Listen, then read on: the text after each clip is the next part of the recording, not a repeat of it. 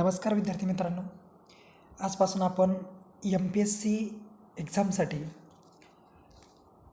Science विषयाचे काही topic असतील ते लेक्चर सिरीजच्या माध्यमातून आपण या ठिकाणी शिकणार आहोत. तर MPSCसाठी सायन्स फॅकल्टीमधील आज पहिली लेक्चर सिरीज आपण सुरुवात करत आहोत. बायोडायव्हर्सिटी, ज्याला आपण मराठीमध्ये जैवविविधता म्हणतो.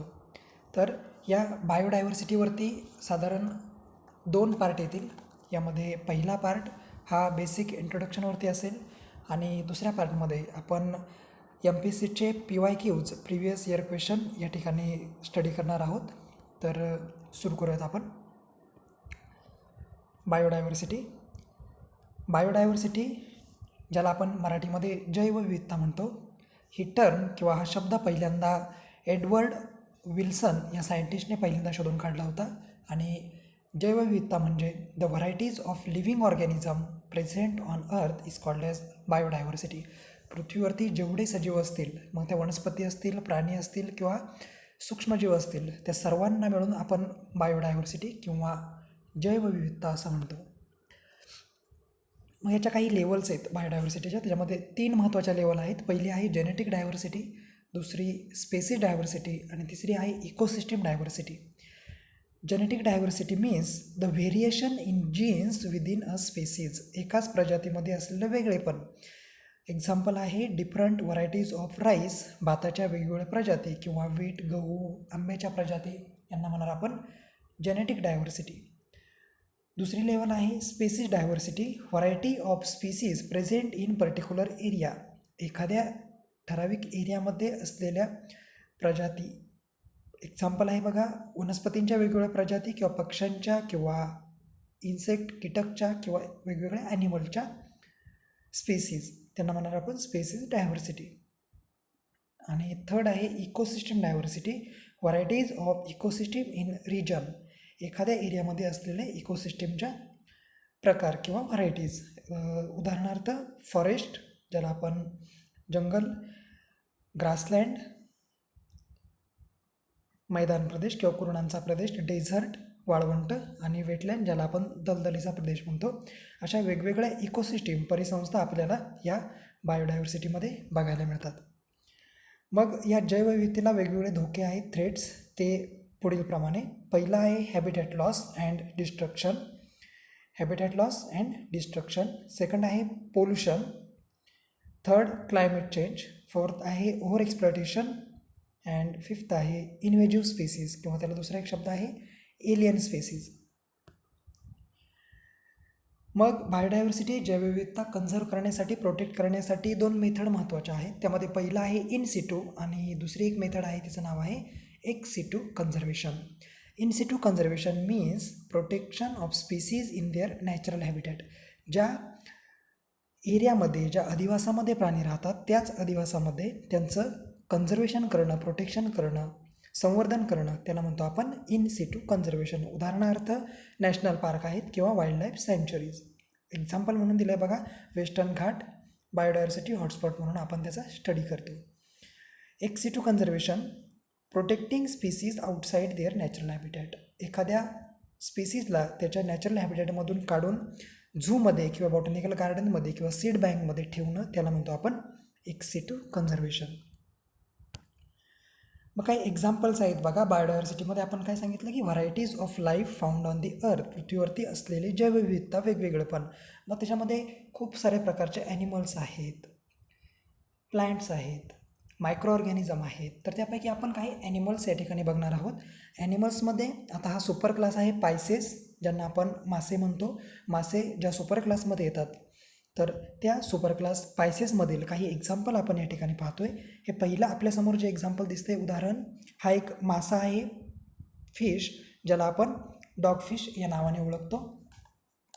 सायंटिफिक नेम आहे त्याचं स्कॉलिओडॉन सोराकोव्हाह. कॉमन नेम त्याचं मिल्क फिश किंवा डॉग फिश असा आहे हा. पायसेस या सुपर क्लासमधील एक्झाम्पल डॉग फिश. मॉर्फॉलॉजी जर पाहिली आपण तर एंटेरियर पार्टला इथे आपल्याला हेड दिसतंय आणि माउथ जो आहे तो त्याचा व्हेंट्रल साईडला आहे. बॉडीवरती प्लॅकॉइड नावाचे स्केल प्रेझेंट असतात आणि शेपटीचा जो लोब आहे तो वेगवेगळा असतो, अप्पर लोब आणि लोअर लोब. हा जो अप्पर लोब दिसतोय हा मोठा आहे, लोअर लोब छोटा आहे as compare to the upper lobe. मग याला म्हणतो आपण हेटेरो सर्कल टेल. आणि या ठिकाणी रेस्पिरेशनसाठी गिल्स प्रेझेंट असतात ह्या स्कॉलिडॉनकडे. हे 5 असतात. रेस्पिरेशन श्वास पाण्यामध्ये घेण्यासाठी या गिलचा तो वापर करतो. असा आहे हा पायसेस या कुळातील डॉगफिश किंवा स्कॉलिडॉन किंवा त्याला आपण शार्क म्हणतो. दुसरं एक्झाम्पल आहे बघा, गिटारसारखा दिसतो म्हणून याचं नाव आहे गिटार फिश. ही सर्व जे एक्झाम्पल आपण पाहतोय या स्लाईडमधील हे सर्व जे आहेत ते कार्टिलेजनस फिश आहेत. म्हणजे ज्या माशांचे एंडोस्केलेटन कार्टिलेजपासून तयार झालेत त्यांना म्हणणार आपण कार्टिलेजनस फिश. हे एक्झाम्पल जे आहे ते आहे रायनोबॅटस, जिनस आहे त्याचं, कॉमन नेम आहे गिटार फिश. हा सुद्धा मासाच्या क्लासमधील येतो, पायसेस सुपर क्लासमधील. Rhinobatos guitar fish. Third example आहे बघा, इलेक्ट्रिक रे किंवा सायंटिफिक नेम आहे त्याचं टॉर्पेडो. हा पण कार्टिलेजिनस फिशमध्ये येतो. आणि चौथं एक्झाम्पल आहे, याचं नाव आहे कॉमन नेम रॅटफिश, जिनस आहे त्याचं कायमेरा. हे सर्व जे एक्झाम्पल आहेत हे एक्झाम्पल आहेत कार्टिलेजनस फिशचे. म्हणजे हे सर्व मासे आहेत आणि एंडोस्केलेटन जे आहेत ते कार्टिलेजपासून बनलेले आहेत. Super class Pisces. Then next आहे बघा सुपर क्लास पायसेसमधीलच पण क्लास जो आहे यांचा हा आहे ऑस्टिकथाईस. याचा अर्थ या माशांचे एंडोस्केलेटन बोनपासून बनलेले असतील. हे पहिलं जे एक्झाम्पल आपल्याला दिसतंय हा आहे समुद्री पाणघोडा किंवा समुद्री घोडा. याचं नाव आहे कॉमन नेम सी हॉर्स आणि सायंटिफिक नेम शास्त्रीय नाव त्याचं आहे हिपोकॅम्पस. सेकंड आहे कॅटफिश क्लेरियस. हे सुद्धा एक्झाम्पल जे आहे ते एक्झाम्पल आहे बोनीफिशचं, ज्यांना आपण कॉन्ड्रिक्थाईस क्लासमध्ये स्टडी करतो. ह्या कॅटफिशच्या बॉडीवरती बघा एंटेरियर पार्टला माउथ आहे आणि माउथवरती लॉंग एलॉंगेटेड टेंटॅकलसारखं स्ट्रक्चर आपल्याला दिसतंय, लांबलचक मिशांसारखं स्ट्रक्चर दिसतंय. या टेंटॅकलचा वापर तो अन्न शोधण्यासाठी करतो आणि त्या टेंटॅकल्सला किंवा जे लांब लांब मिशांसारखं स्ट्रक्चर दिसतंय त्यांना आपण म्हणतो बार्बेल्स.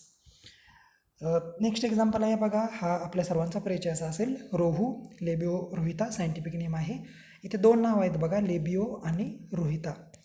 सायंटिफिक नेम लिहिताना नेहमी जिनस आणि स्पेसिस या 2 नावांचा वापर आपल्याला करावा लागतो. यामध्ये पहिलं जे नाव असतं इथे लेबिओ आहे, हे आहे जिनस आणि रोहिता आहे स्पेसिस. 2 नावांमध्ये त्याला आपण बायनोमेल नॉमेनक्लेचर म्हणतो. जिनस लेबिओ आणि स्पेसिस आहे रोहिता. हा सुद्धा मासा आपल्या सर्वांच्या परिचयाचा असेल. याचं नाव आहे कटला.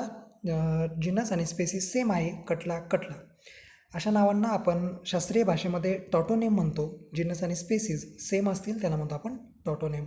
ही नावं फक्त झुलॉजीमध्ये अलाउड आहेत, बॉटनीमध्ये टॉटोनेम्स अलाउड नाहीत. देन नेक्स्ट आहे बघा, आता आपला सुपर क्लास पायसेस झाला म्हणजे ज्यामध्ये आपण माशांचा स्टडी करतो.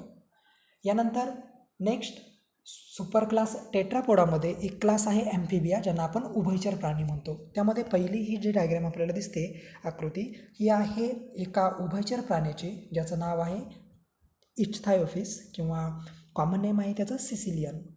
हा जो आहे हा लिम्बलेस ॲम्फिबियन आहे, म्हणजे यांना पाय वगैरे नसतात, पुढचे पाय किंवा मागच्या पायाला नाहीत. त्याला म्हणतो आपण लिम्बलेस ॲम्फिबियन. एक्झाम्पल आहे इचथायोफिस. हा एक उभयचर प्राणी आहे ॲम्फिबियन.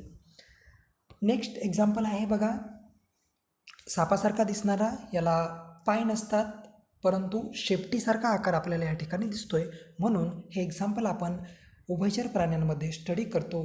टेल्ड ॲम्फिबियन, शेपटी असलेला उभयचर प्राणी, आणि याचं नाव आहे ॲम्फियुमा. देन नेक्स्ट एक्झाम्पल आहे बघा, आपण सर्वांनी बघितलं असेल, याला आपण कॉमन भाषेमध्ये बेडूक म्हणतो. थोडं शास्त्रीय विचार केला तर याचं नाव आहे हायला ट्री फ्रॉग, आणि याला शेपटी नसते म्हणून याला म्हणतो आपण टेललेस ॲम्फिबियन, शेपटी नसलेला उभयचर प्राणी हा हायला. याचं जिनस आहे हायला आणि कॉमन नेम आहे ट्री फ्रॉग. झाडांवरती जास्त आपल्याला दिसतो. त्याचे हे जे फोरलिंब किंवा हँडलिंब आहे त्याच्यावरती आपल्याला हे सुचर दिसतात बघा, हे बल्ब्ससारखं फुगलेलं, तिथे अटॅच करण्यासाठी सकर्स असतात. मग तो कुठे झाडांना वगैरे फांदीला चिटकू शकतो. आणि शेवटचं एक्झाम्पल आहे बघा खूप महत्त्वाचं, हा पालीसारखा दिसणारा ॲम्फिबियन आहे, याचं नाव आहे सॅलॅमेंड्रा.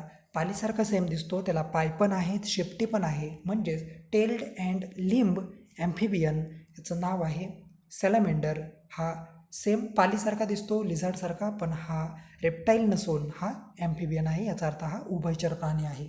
मग हे जे एक्झाम्पल आपण पाहिले सर्व एक्झाम्पल आहेत ॲम्फिबियनचे, म्हणजेच उभयचर प्राण्यांचे.